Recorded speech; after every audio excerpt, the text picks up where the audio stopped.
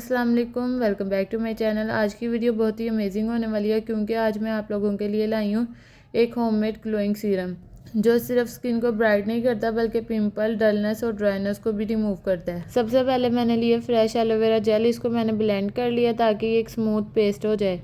Aloe vera skin को deeply hydrate करता है, पिंपल और डार्क स्पॉट्स को कम करता है और स्किन को सॉफ्ट और ग्लोइंग बनाता है।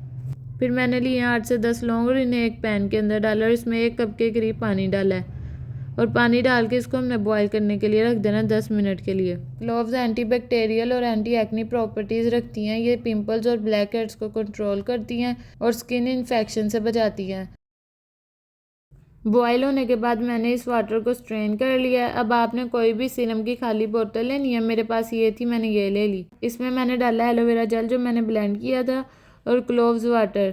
जितना एलोवेरा जेल डालेंगे उतना ही क्लोव्स वाटर डालना है। ये दोनों मिलकर स्किन को क्लियर और स्मूथ बनाते हैं।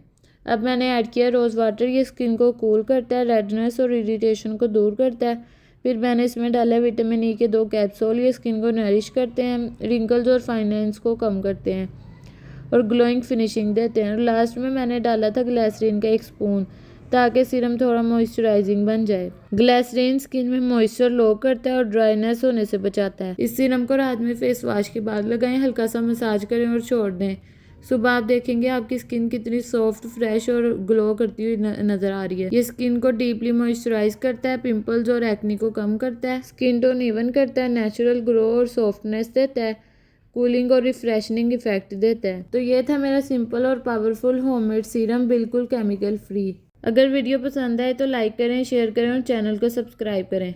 नेक्स्ट वीडियो में मिलते हैं एक और अमेजिंग DIY के साथ। अल्लाह हाफिज़।